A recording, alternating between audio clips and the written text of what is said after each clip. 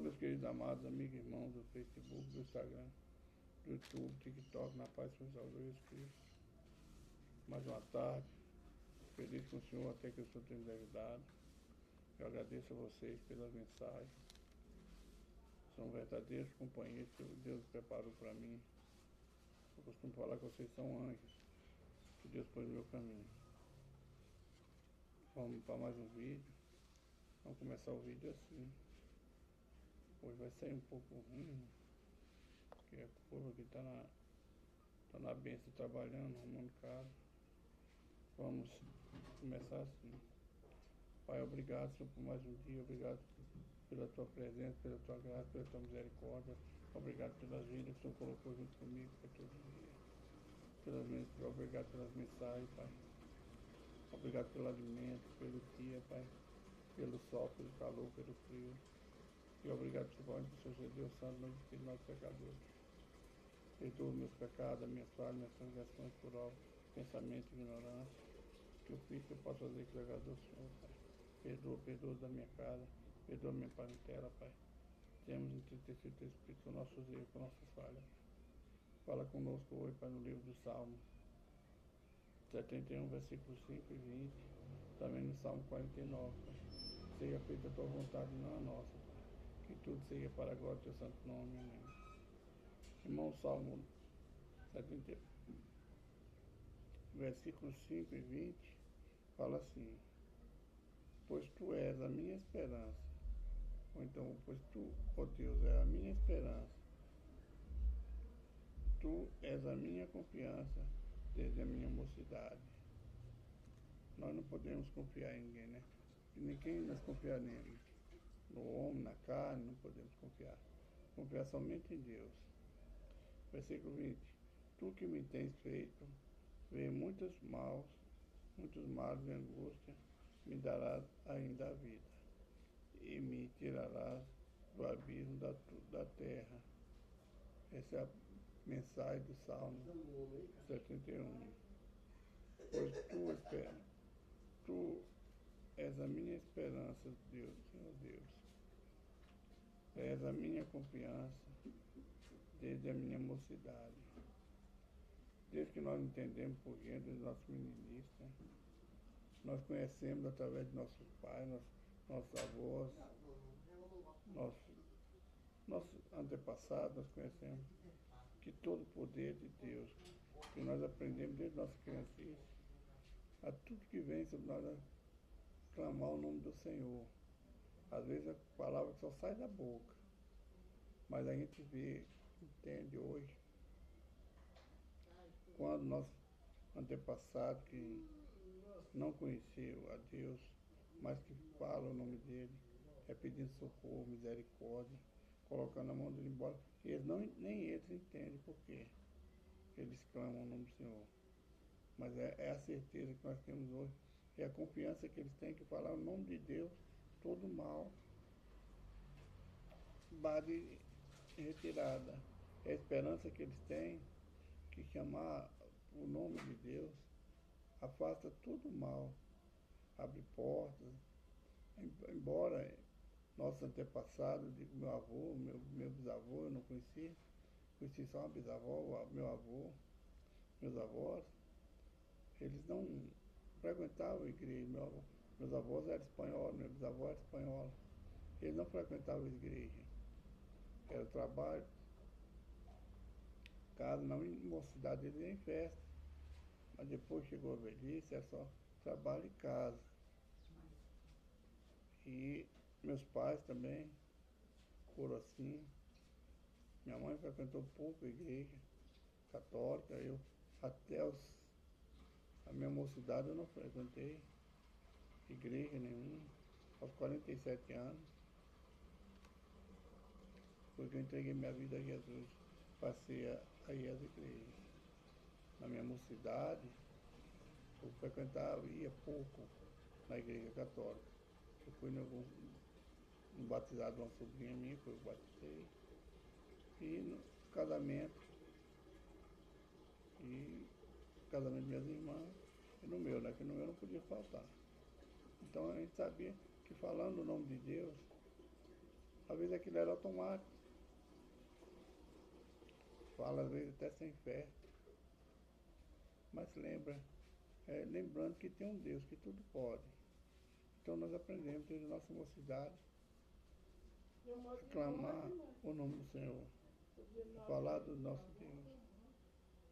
No versículo 20 diz assim: agora a pessoa que conhece a Deus, que tem uma vida com Deus, ou que procura ter,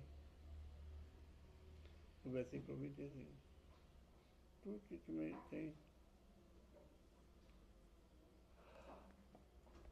Irmão, tu que. O Rio tá bom não. Mas nós vamos vencer. Deus está comigo. Tu que me tens feito muitas males, tu que me tens feito ver muitos males e angústias, me dará vida ainda. Essa é a parte B. Deus tem visto, nós temos visto muitos males, muitas angústias, muitas perseguições. Nós vivemos, o Brasil está num tempo difícil, né? Um país violento, onde as autoridades parece que não estão aí para essas coisas, não estou aqui para falar também de política nem de autoridade, que a palavra do Senhor manda a gente ser obediente às autoridades, então eu tenho que obedecer. Mas nós vemos um país, então nós estamos vendo tempos de angústia, tempos de calamidade, tempos de muitas pessoas chorando, né? Por portas abertas. Na realidade, não é só o Brasil, o mundo está um caos. Então nós estamos vendo tempos de angústia. Mas Deus tem nos dado vida, tem nos dado força. Ele tem nos sustentado, mesmo nesse tempo de angústia. Na parte B diz assim: e me tirará do abismo da terra. Esses abismos, é a certeza que nós temos que esse abismo, esse deserto que nós estamos passando, essas lutas, Deus vai nos tirar dele. É um deserto, é passageiro. Às vezes a gente, pela nossa falta de paciência, nós achamos que está demorando. Vai demorar de passar o deserto, mas não, Deus vai nos tirar desse abismo. O abismo ele não é para sempre. Deus está sempre pronto a tampar, a nos tirar desse abismo, dessa servidão. Nós temos a confiança no Senhor, como foi dito no Salmo 5, e esperança que tudo, a vontade dele vai se cumprir na nossa vida. Esse é o Salmo 71, versículos 5 e 6. No Salmo 9, 49, eu estou atrapalhado, não, desculpa. A vaidade dos bens terrestres só Deus salva da morte. É outro salmo. Esse salmo não é de Davi, também é um salmo de Coré, ou dos filhos de Corá, como você tiver na sua Bíblia. Então, é um salmo que fala da vaidade dos bens terrestres. Só Deus salva da morte. Nós, pela nossa vaidade, muitas vezes nós queremos afrontar as pessoas. Nós queremos fazer aquilo que nós não podemos fazer, mostrando que nós somos mais fortes, mais poderosos, melhores. Mas em tudo isso pode vir uma luta, uma guerra com pessoas por causa da vaidade dos reis da terra nesse tempo. A vaidade do homem, vinha a morte, a luta pelas terras, pela posse da terra, para invadir terra, para tirar despojo. Por causa dessas lutas, é a vaidade, que o homem vaidoso, né? Ele não pensa em Deus, não pensa na luta que vem. Então, só Deus salva nós da morte pela nossa vaidade. Muitas vezes pela nossa vaidade, a gente faz furto, a gente mente, as vaidades de hoje. Outros nós falamos das vaidades daquele tempo, né? Agora vou falar das de hoje. Nós às vezes queremos comprar uma coisa que nosso salário não alcança, vai montando dívida, e aquilo vai gerando uma depressão, e muitos morrem, só Deus, para entrar no negócio e nos livrar da morte, principalmente da morte espiritual. Quantas pessoas aí que fazem, por causa da vaidade dele, faz despesa, compra que não dá conta de pagar, e gera uma depressão, porque os boletos vão atrasando, conta de luz, conta de água, corta a luz, corta a água. Isso tudo não é vaidade, porque nós não sabemos administrar o nosso ganho. Se nós soubéssemos, nós não caímos nesse tipo de laço. Mas Deus, quando a gente clama, Ele entra em providência e nos livra da morte, nos livra da depressão, da opressão. Acho que é uma calamidade que vem através de coisas que a gente faz sem pensar. A gente faz hoje sem olhar no amanhã. A gente lembra que a gente fez ontem, deu certo, mas não olha no amanhã. Nós estamos passando um tempo difícil. Nós temos aí, visto aí, Brasil, empresas fechando, empresas indo à falência.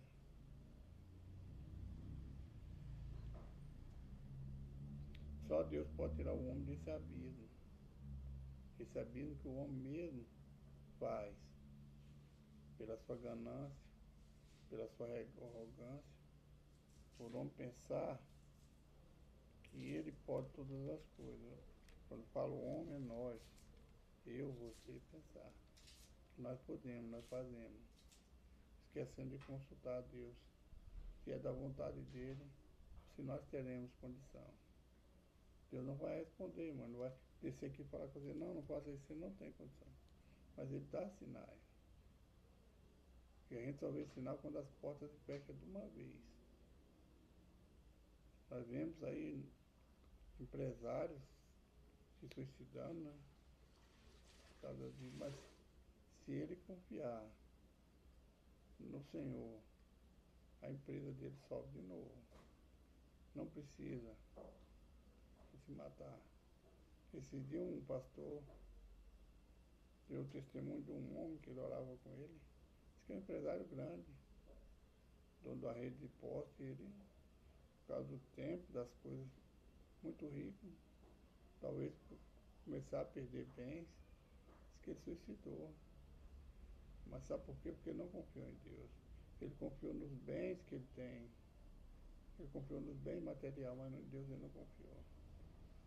Muitas vezes, eu também conheci um empresário, uma empresa de ônibus, ele entregou os bens para os filhos, a empresa para os filhos tomar conta e foi descansar um tempo. Quando ele voltou, a empresa estava um caos. Ele teve que vender barato, a empresa, quase toda, ficou só com as cargas. E ele tirou a vida, porque ele não confiou em Deus. Se nós, toda vez que a gente der um passo mal dado, vier uma luta, vier uma escassez, e nós ficarmos tirando a vida uns dos outros, onde é que o mundo vai parar?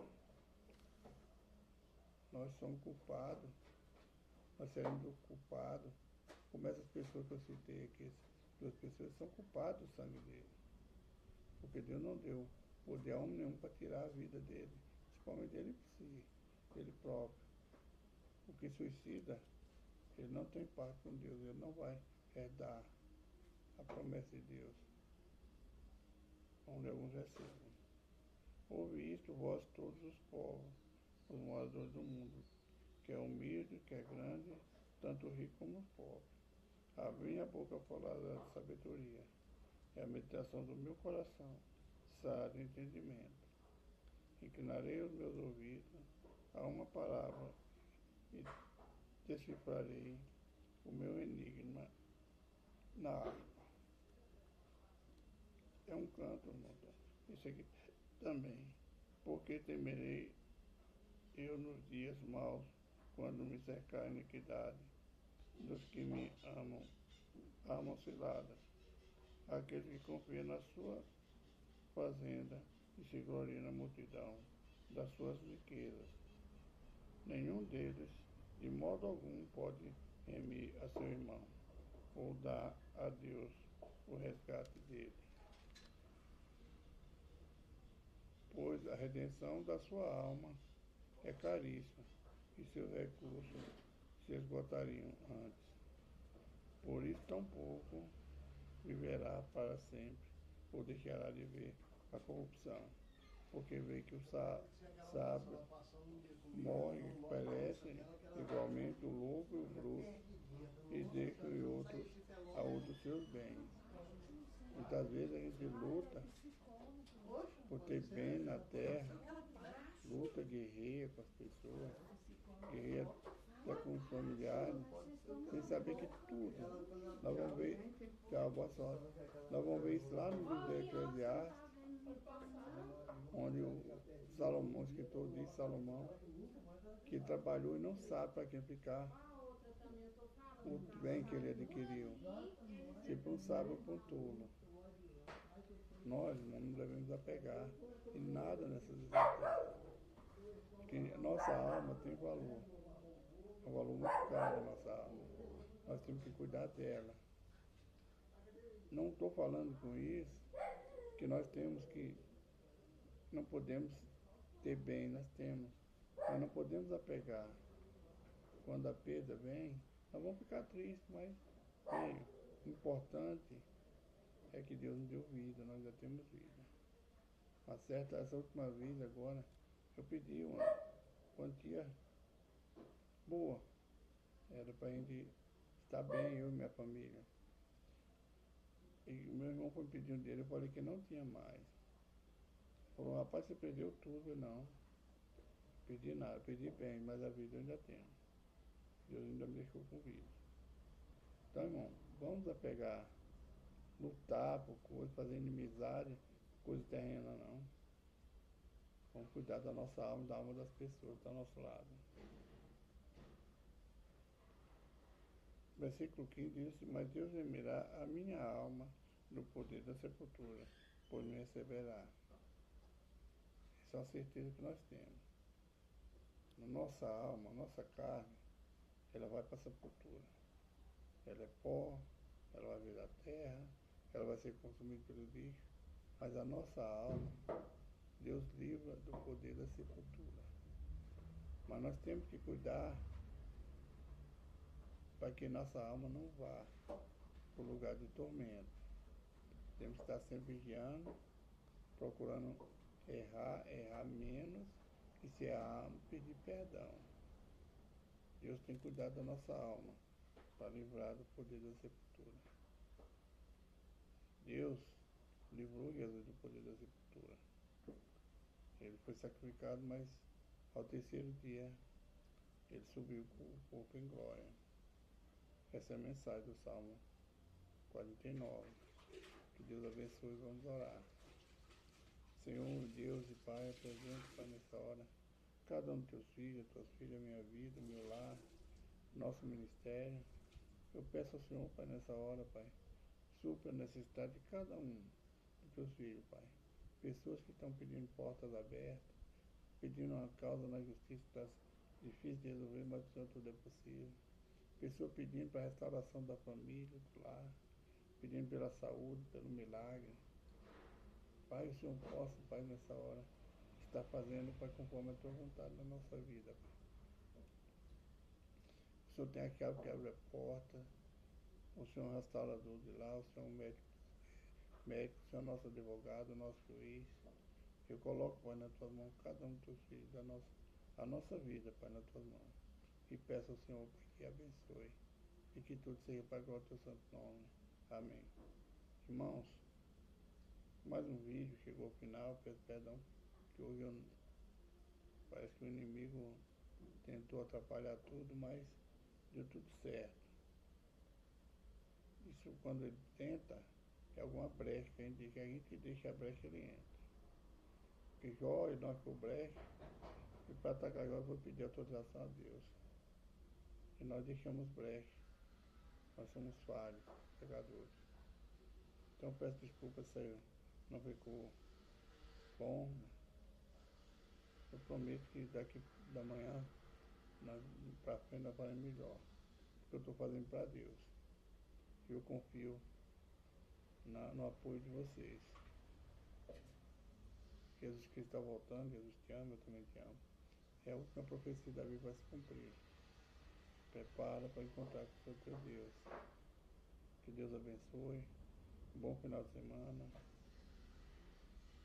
Um abraço para o irmão Jorge. Ficar na paz de Jesus Cristo.